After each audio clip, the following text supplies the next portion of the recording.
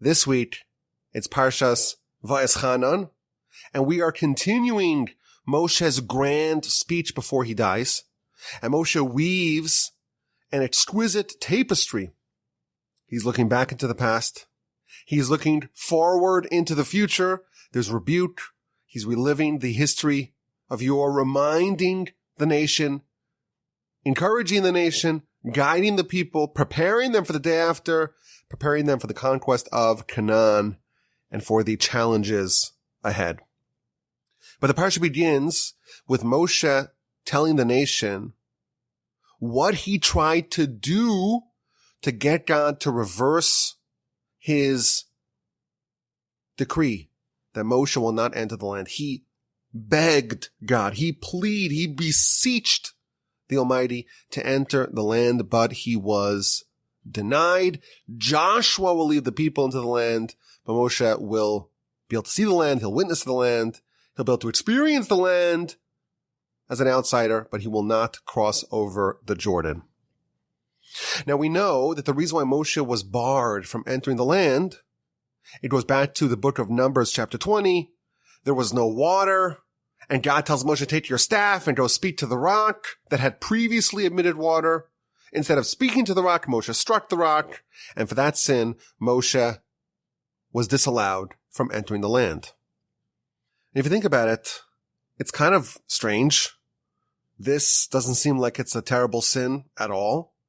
And it raises a question, why is the sin of Moshe striking the rock, why is that worthy of barring Moshe from entering the land?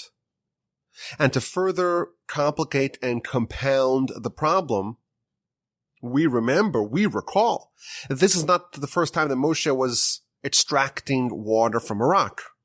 In fact, looking back, we have a whole series of water-related crises in the story. So all the way back in chapter 15 of the book of Exodus, right after the splitting of the sea, the Jewish people arrive at a city called Marah, and the waters of Marah are bitter, and they complain to Moshe, and God shows Moshe a stick, and he throws it into the water, and the waters are sweetened. That was a crisis, 3 days with no water. They arrive in chapter 17 of the book of Exodus in the city of Rephidim. Again, there's no water, and God instructs Moshe to take your staff and go strike a rock, and it will emit water, which is what happened. He takes a stick, he takes a staff, he hits the rock, and water comes out. And then in Numbers chapter 20, in the wilderness of Zin, Miriam dies, and the well that was in her merit dries up. And Moshe again is told to take his staff, the same staff that he had previously struck the same rock with. But this time he's told, don't hit the rock, speak to the rock. Instead of speaking, he strikes the rock. And for this sin, Moshe was barred from entering the land. So it's a very similar sort of crisis. The nation is stuck in the wilderness, in the desert without any water. And God gives Moshe a very similar solution. Take your staff and go engage with the rock. Get water from the rock. In one instance, in Exodus chapter 17, the proper thing was to take your staff and strike the rock. In the second instance, Numbers 20, striking the rock was such a severe violation that it precluded Moshe from entering the land. And if you think about it, it's the almost identical situation. What changed? Why was it appropriate in Exodus chapter 17 to strike the rock, but it was so irrevocably inappropriate to do so in Numbers chapter 20, 40 years later after Miriam dies? Oh, you struck the rock, the same thing you did 40 years ago. Sorry, you are disallowed from entering. So we have two questions here. What did Moshe do wrong to begin with? What's so bad about striking the rock? And why was the solution for this water crisis, why was it so different than the previous one? Now we know, of course, we've mentioned this in the past, that this whole subject of what Moshe did wrong is endlessly debated in the commentators. In fact, the Orach Chaim, back in Numbers 20, he enumerates 10 different explanations offered by the early sages and the early commentators to explain what exactly Moshe did wrong. And he concludes that none of these reasons are sufficient. It remains a great mystery. Until today, I guess. Right now on the Parsha Podcast, we're going to demystify it. Let me tell you the most convincing and persuasive explanation that I heard about this problem. And I think that this idea on its own, it's very powerful and useful and interesting. And like I said, convincing and persuasive. But it's going to open up for us an entire subject that we'll see in our Parsha, but I think it also will contain with it some really powerful and useful lessons. So this idea is going to resolve the whole question of this water crisis and what Moshe did and why he was punished and how it all fits in. But it's also going to open up a portal for us to all manner of other interesting angles and approaches. This persuasive explanation will show us where Moshe went wrong, why the second water crisis was different than the third water crisis, why Exodus 17 is different than Numbers 20.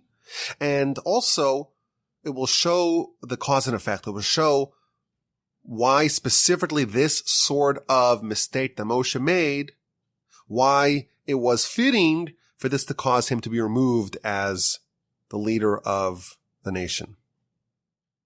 It goes like this. Exodus chapter 17. It's a couple of days after the Exodus. Until very recently, this was a nation of slaves.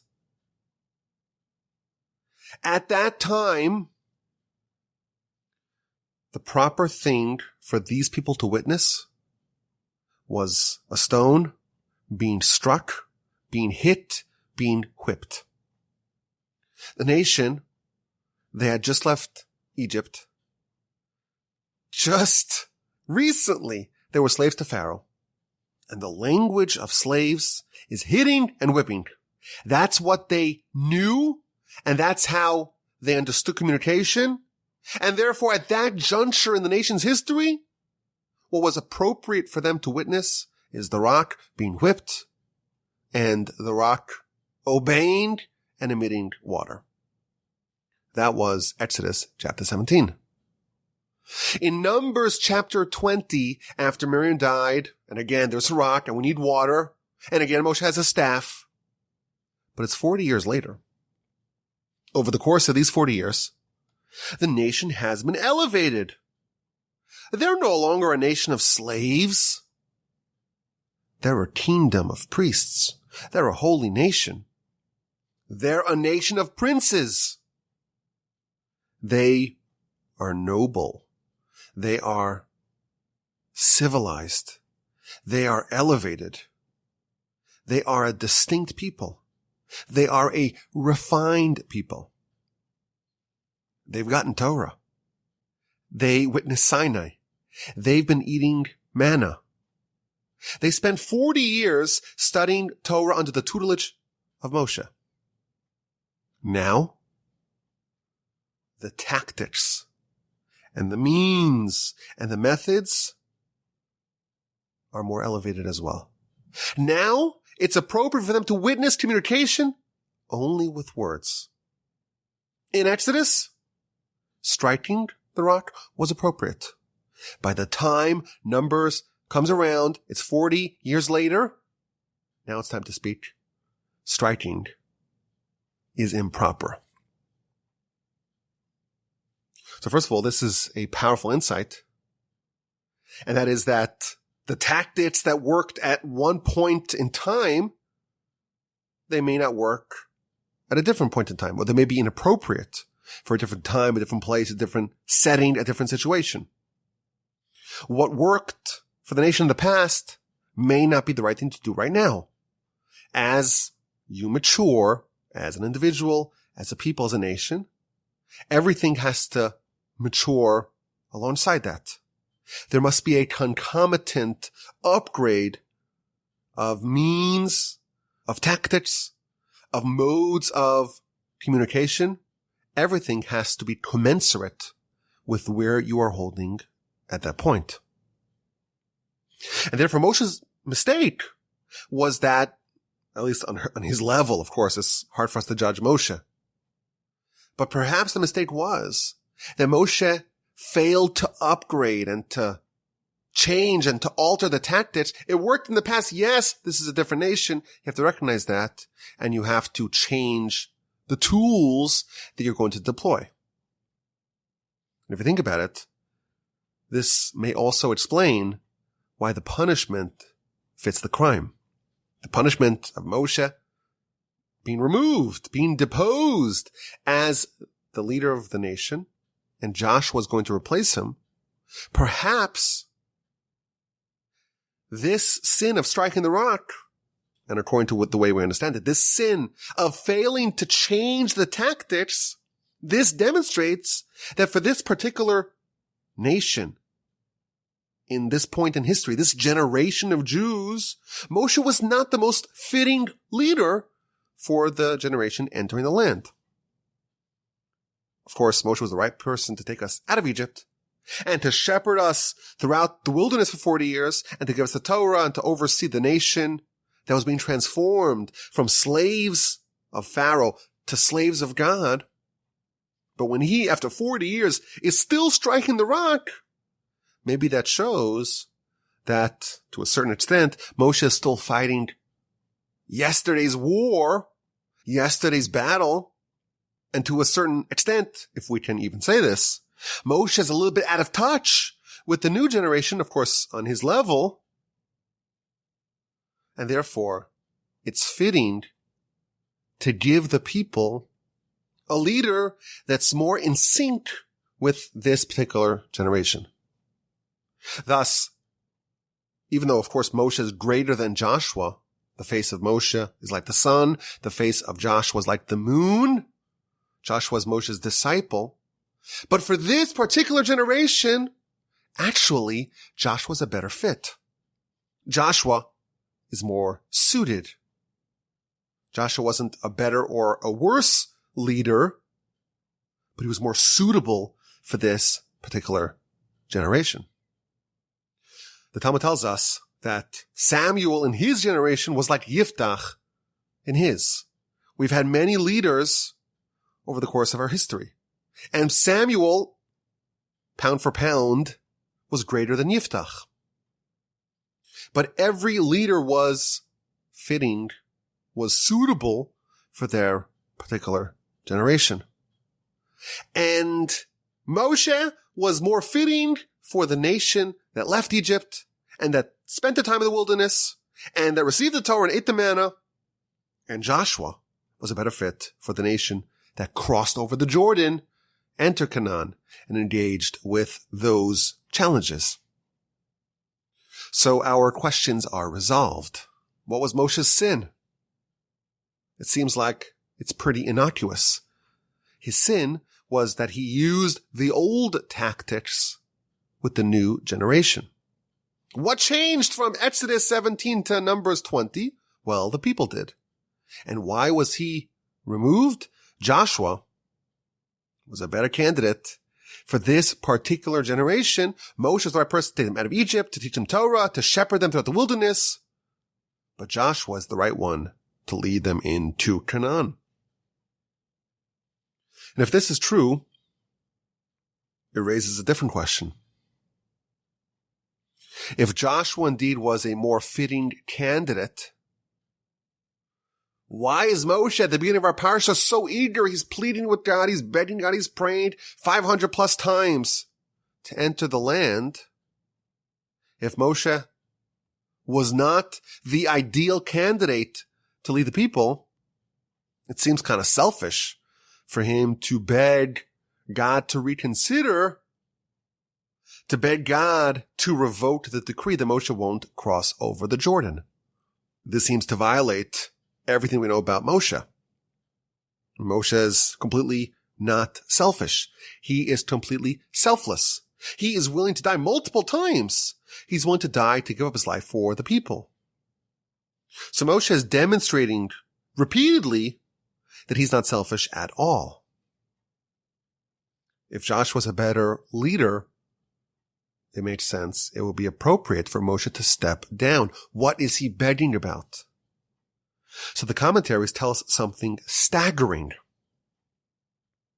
Moshe wanted God to revoke the decree, but Moshe wanted to enter the land as a civilian, as a layperson. Moshe was arguing, God, I will cede control of this people. I will hand over the reins to Joshua, but I want to enter the land as a regular commoner, as a regular individual.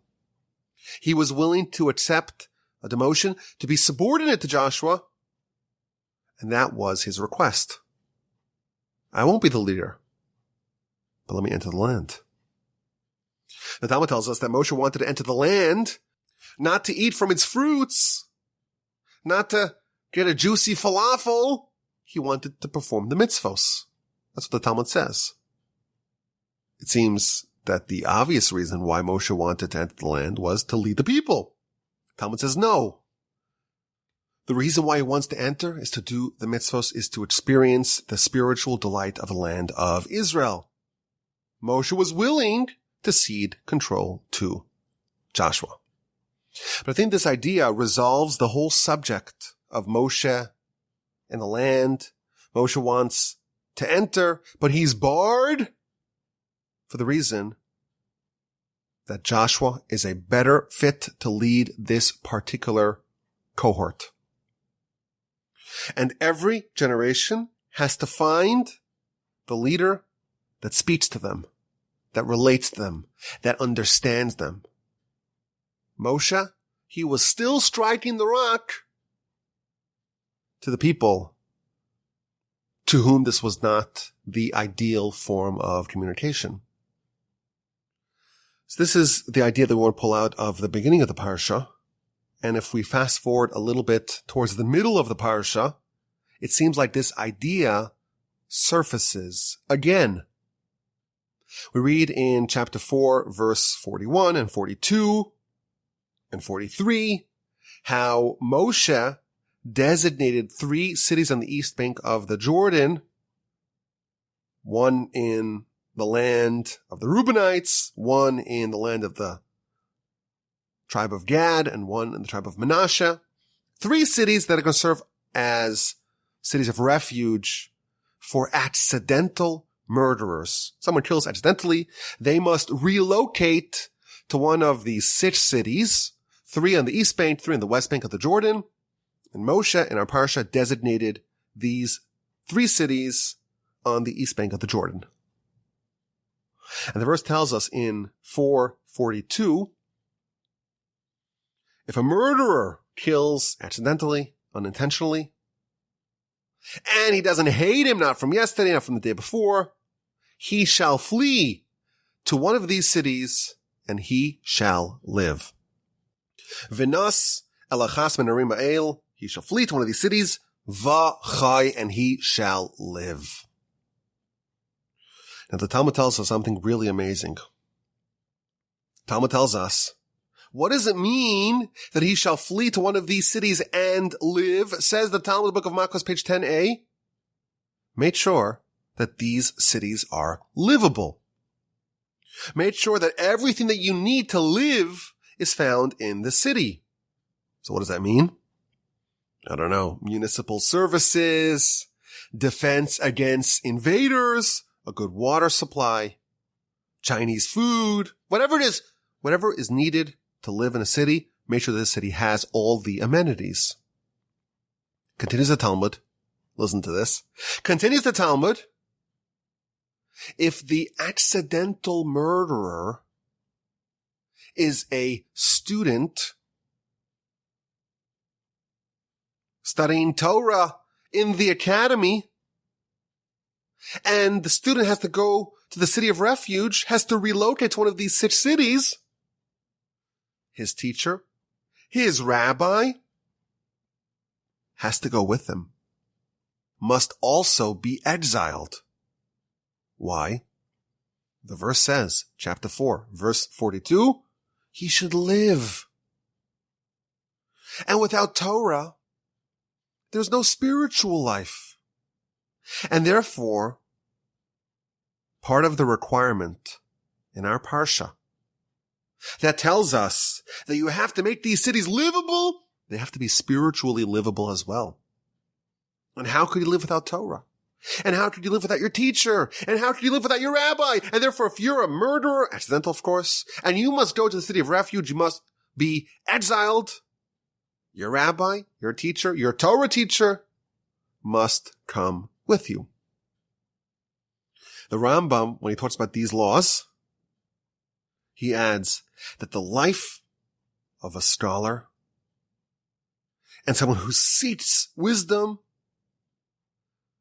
without a teacher, without Torah, it's no life. You're like a dead person. And therefore the verse says you have to make these cities livable. What does it mean? What's included in the amenities, in the services of a city, is that the teacher, the Torah teacher of the murderer must come along to make the experience livable for the student. Now there's an obvious question the commentators ask. These cities, these 6 cities, were established cities. They had shuls and schools and yeshivos and bagel shops. They were fully developed cities. Certainly, there were competent rabbis in these cities of refuge. So why did the accidental murderer, why did he have to condemn his personal rabbi to go with him? Couldn't he study? Couldn't the accidental murderer find a local rabbinic authority, a local Torah teacher to study with? You kill someone accidentally, you go to the city of refuge, and you find a new rabbi, find someone else to study with. Why does he have to condemn his rabbi from back home to move to the city of refuge to teach him Torah, to make his experience more livable? And the medieval commentators say something staggering. They say, because there's a reason why the accidental murderer chose that particular rabbi. He may have checked out some of the academies. He may have listened in on the lectures of a bunch of rabbis. And this one spoke to him. This one had the style, had the personality, had the way of teaching that connected with him. And therefore, you have to give him the same experience, the same standard of Torah learning in his now new home in the city of refuge to fulfill the verse that instructs us to make these cities livable.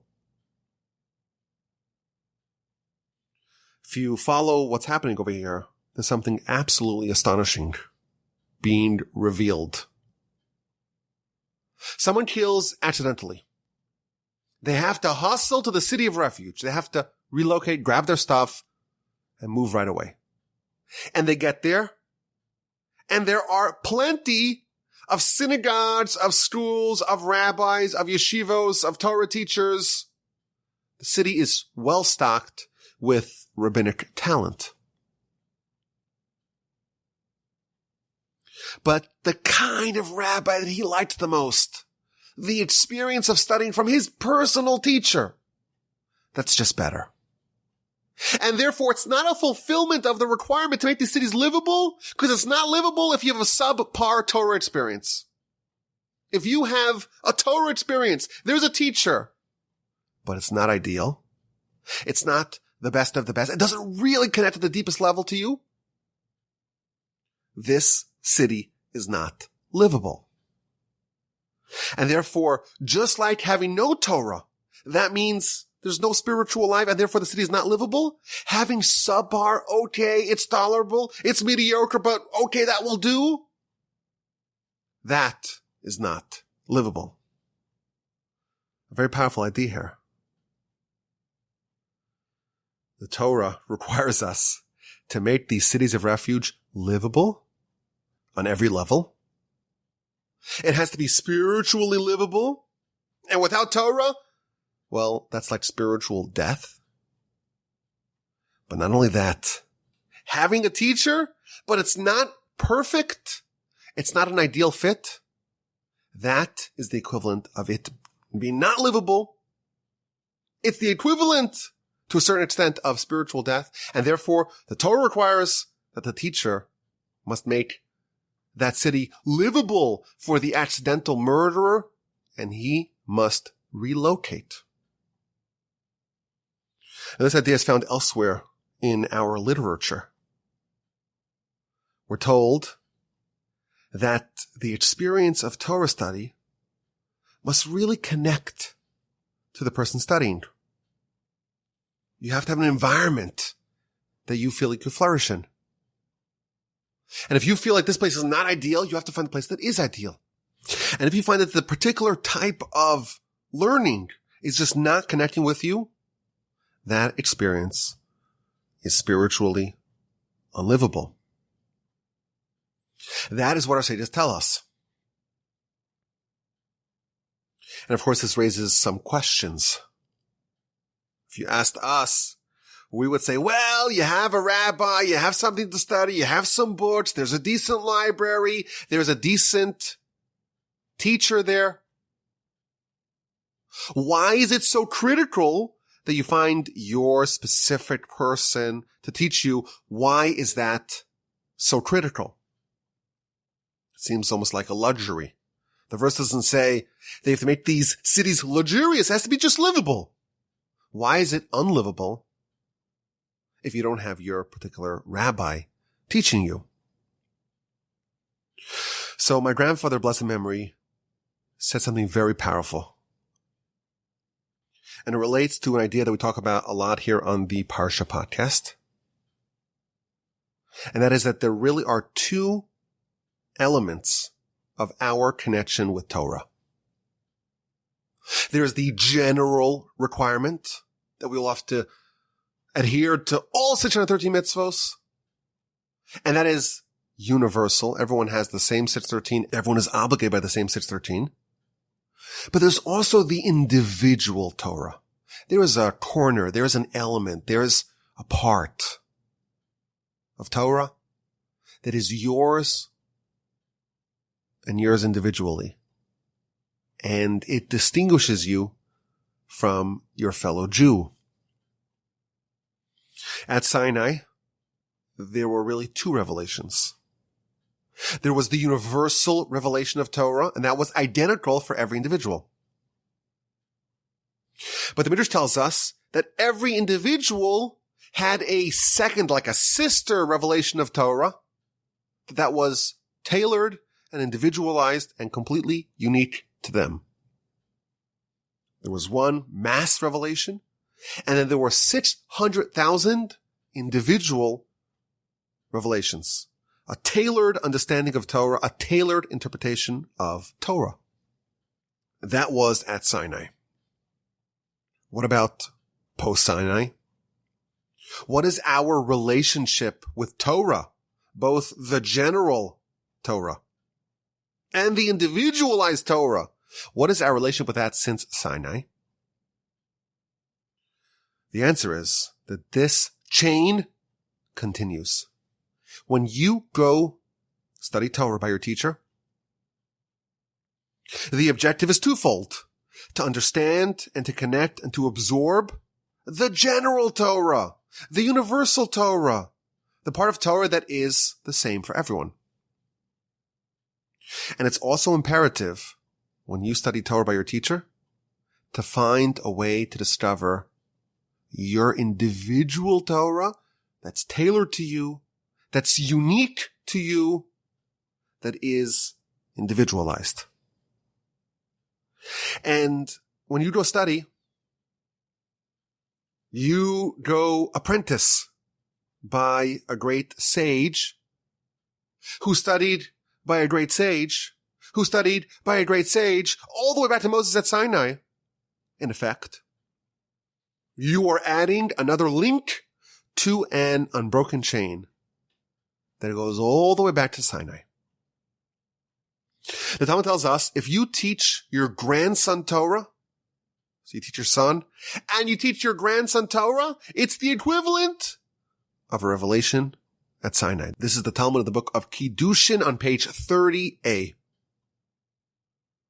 Once we have you contributing 3 links in this chain, you are continuing and you are forging a link back to the chain of transmission of Torah all the way back to Sinai. But there's an important revelation here. Your objective, when you're adding your link, it's not someone else's link, it's your link. It has your name on it. It has your spiritual fingerprint on it. How am I adding my individual link to this chain? It's mine. It has my name in it. It's unique to me. How can you accept individualized Torah from your teacher when it's individualized and you are different than your teacher? That is the experience of accepting Torah from a teacher. It's finding a way to tailor an individual's personality and their quirks, eccentricities, unique skills, unique personality, and finding a way to fit that and to determine what is their own unique contribution and unique revelation from Sinai. If you go study by a teacher and all you have is generalized knowledge of Torah, but it doesn't really connect to you as an individual, you don't have your own interpretation, you don't have your own understanding, it's just generic. Of course, it's wonderful. You have received a tradition going back to Sinai, but you haven't added your link, because that's not your link. Unless the Torah connects with you on such a fundamental level, where it's just matched perfectly to who you are, and you find your little niche, your little corner in Torah that's yours, then you add your link to this chain. And that's really the nature of Torah study.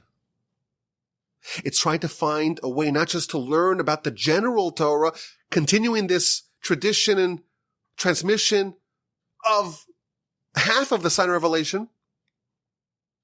It's finding a way to really make it click on a deeply personal, on a profoundly individual level. And once you have that, your link is forever added to this glorious chain. And that's why it's so important to get it right. If the place that you're in just doesn't fit, if the subject matter that you're studying doesn't connect, if the teacher that you're studying under doesn't really speak to you, this is a matter of life and death. This is unlivable. Because if you come to this world and you don't find a way to add yourself to this great chain, well, if you're not added to the chain, you're removed from the chain. And what's it like to be severed from the chain going back to Sinai? You are not connected to this critical reservoir of spiritual life. It's a very deep idea here. This is life and death. This is life and death. The verse says you have to live there. This has to be a livable city. And if the environment of you studying Torah is not ideal, we don't say, well, it's okay, it's good enough. The verse says, the Talmud says, it's not livable. And now we know why. Because the objective of Torah study is twofold. It's to connect yourself to the generalized revelation at Sinai and to discover what is your unique aspect of Torah that is your unique revelation and adding your link to that chain. And to really discover that, it has to be the ideal conditions. You have to have the ideal experience. The Talmud says, well, if just the place that you're in, it's just not doing it for you. It's not airy enough. The windows are too small. The lighting is not ideal. The books, well, the reading quality is not terrific. What you're studying is not really ideal. It doesn't speak to you. It doesn't talk to your heart. If your teacher is just, it's okay, but it's not great, that's going to imperil a subject of life and death. Because if you don't add your chain, if you don't carve out your own legacy in Torah, there's a part of this chain that you are not connected to. And that is absolutely terrifying.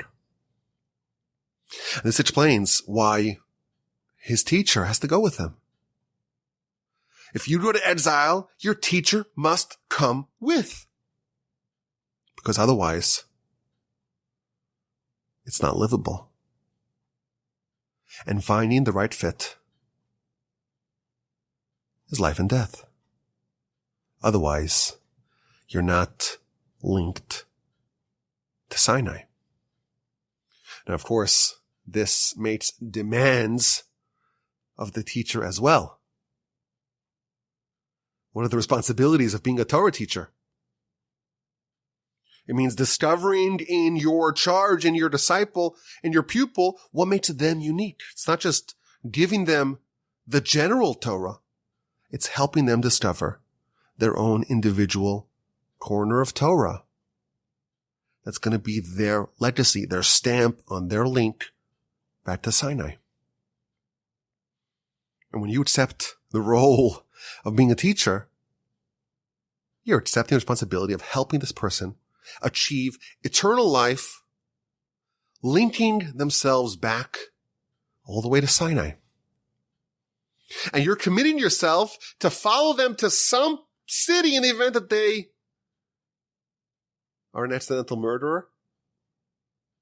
That's what you've accepted upon your shoulders.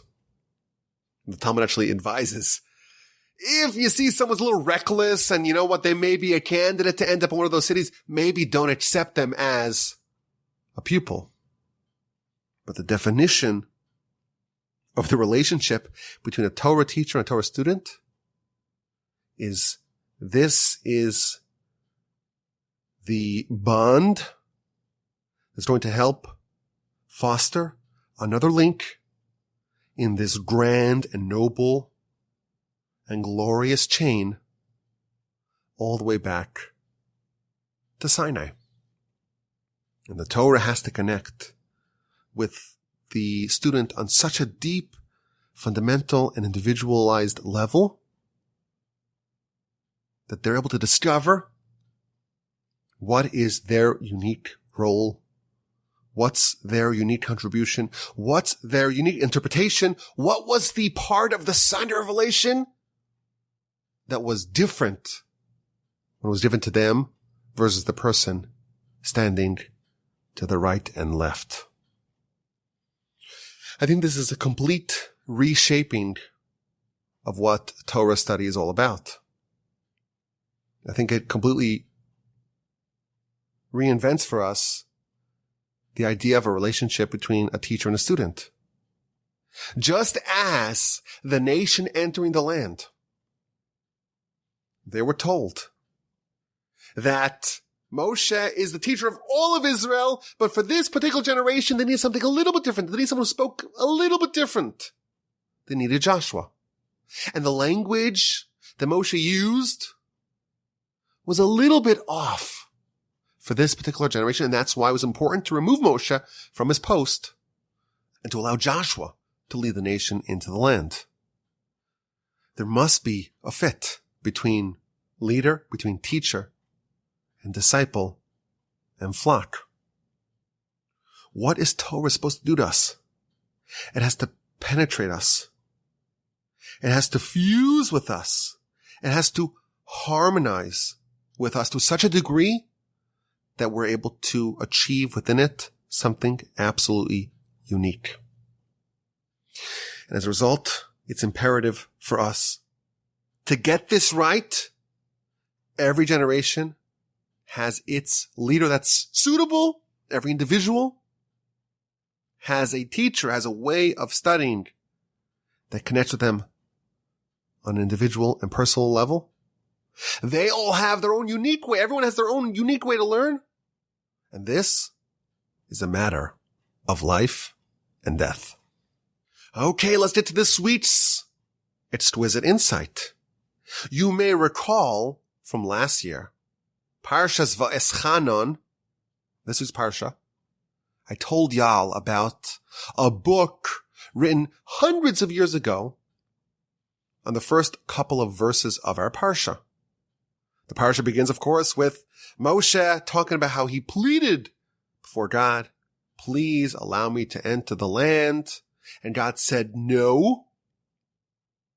And we have this book called the Megala Amutros, the Revealer of Depths, where he offers 252 different interpretations of what exactly the dialogue was between Moshe and God. What was Moshe saying? What was he arguing? How did God respond? And last year I suggested that maybe we'll do a tradition. Every year we will talk about one of these essays, one of these incredible essays. 252 essays, think about it. Torah is so vast. Torah is so infinite that you have 252 different essays about 5-6 verses in the Torah. It's a thick book. It's a real thick book. And it's just about, an exchange between Moshe and God. And this is one of the fundamental books of the Kabbalistic literature in the generation after the Arizal. And last year we did on the Parsha Podcast of this week, in an episode titled Entry Denied, we did essay number 4. This week I read like 20 of them to try to find one of them that I, A, understand, B, can hopefully explain in less than 10 hours. And I don't think that's an exaggeration. Some of them I read, I'm like, if I wanted to convey this on a podcast and to explain every assumption and every idea that he just writes so quickly, it would legitimately take me 10 hours to convey this. So I found in essay number 32, it was short. It was not so intricate. It wasn't so nuanced and esoteric. I figured I will share this in this week's exquisite insight. What's Moshe saying? What's he arguing? What does he want? And what is God responding to his request? So he points out that Moshe is pleading to God. He is saying, let me please, Ebronah, let me please enter the land. So he points out that over the course of Moshe's tenure, there has been a few instances where Moshe said the word please, Ebronah, please. The word nun aleph means please. There's a few times that Moshe uses the word please and he does something wrong. All the way back in Exodus chapter 4. This is when God initially proposes to Moshe, go to Egypt, go save your brethren. And Moshe, of course, objects, and they have a whole back and forth in Exodus chapter 3 and 4. At the end, Moshe says, send Aaron. This is chapter 4, verse 13. But what does he say? He says, please send with Aaron. Shlach na, please send Aaron in my stead. That was a sin.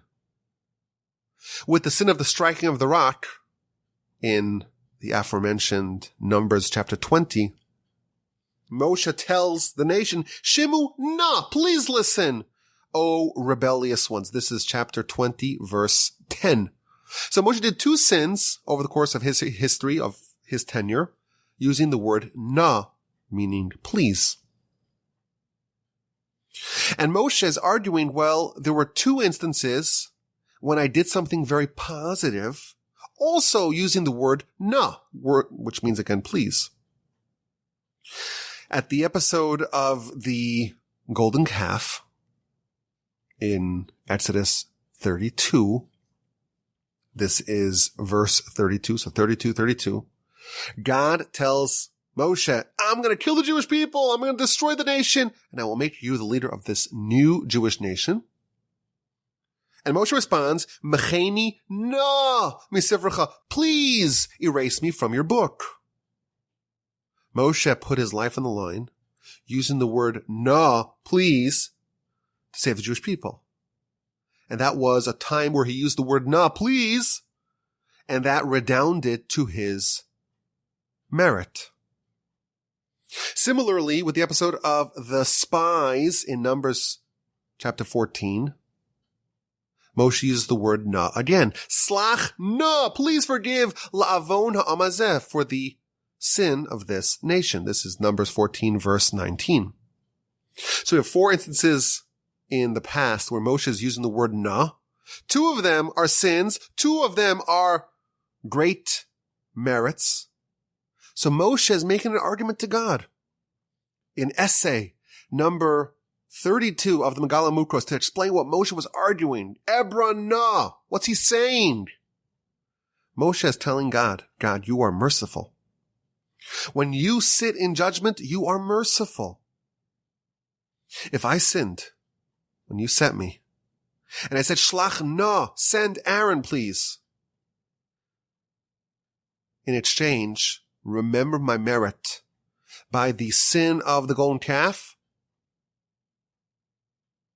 Remember I said, Mecheni na, let those two nas, those two times I used the word please, once to my merit, once to my detriment, let them cancel each other out. And towards the end, when I hit the rock, I said, Shimu na, I said, please listen, O rebellious ones. And that was a sin. Let's make a wash with the other na that I said when I requested forgiveness for the nation after the sin of the spies. So we have one bad na and one good na. Cancel each other out. A second version of that. Cancel each other out. And as a result, allow me to enter. And that's how Moshe starts off. Ebra na. Remove the na. I want to remove the sin. When I use the word na, I use the word please. I said it twice for a sin. Let the two times where I used that same word positively, in the episode of the spies and the episode of the golden calf, let them cancel each other out. Let them atone for it. And through that, let me cross over the Jordan. Don't consider it for me a sin. And God responded to him, Ravlach, there is more for you. There is more for you. You can't have two episodes of na cancel two episodes of na, because there's a third time. There's a third time that you sinned with the word na. This is in Numbers 11:15. In that instance, the nation was pining for meat, and Moshe used the word na as well. Hatzon v'habakar yishachet lahem hargeni na harog. Let them slaughter the flock and the sheep and the livestock, and please kill me. This is chapter 11, verse 15. That was a sin. And therefore, Ravlach, there is more for you. There's another sin that you have, and that you cannot atone for, and therefore you will not be allowed to enter the land. I thought this was really nice, really neat, a nice deep reading of the back and forth between Moshe and God, the dialogue between Moshe and God. The whole idea every year when I peruse this book, I am just fascinated anew at the absolute breadth of the book. How, as we know, every word of Torah, every line of Torah, every verse of Torah is really all interconnected. And therefore you could find interpretations throughout the whole Torah to explain a dialogue with Moshe and God. Absolutely fascinating. This was a really easy one where Moshe is trying to use a very creative solution. Twice I did merits with this word na. Twice I did sins with this word na. Let them cancel each other out. A very novel approach and how God responded to him. Sorry, it doesn't work. And that is essay number 32.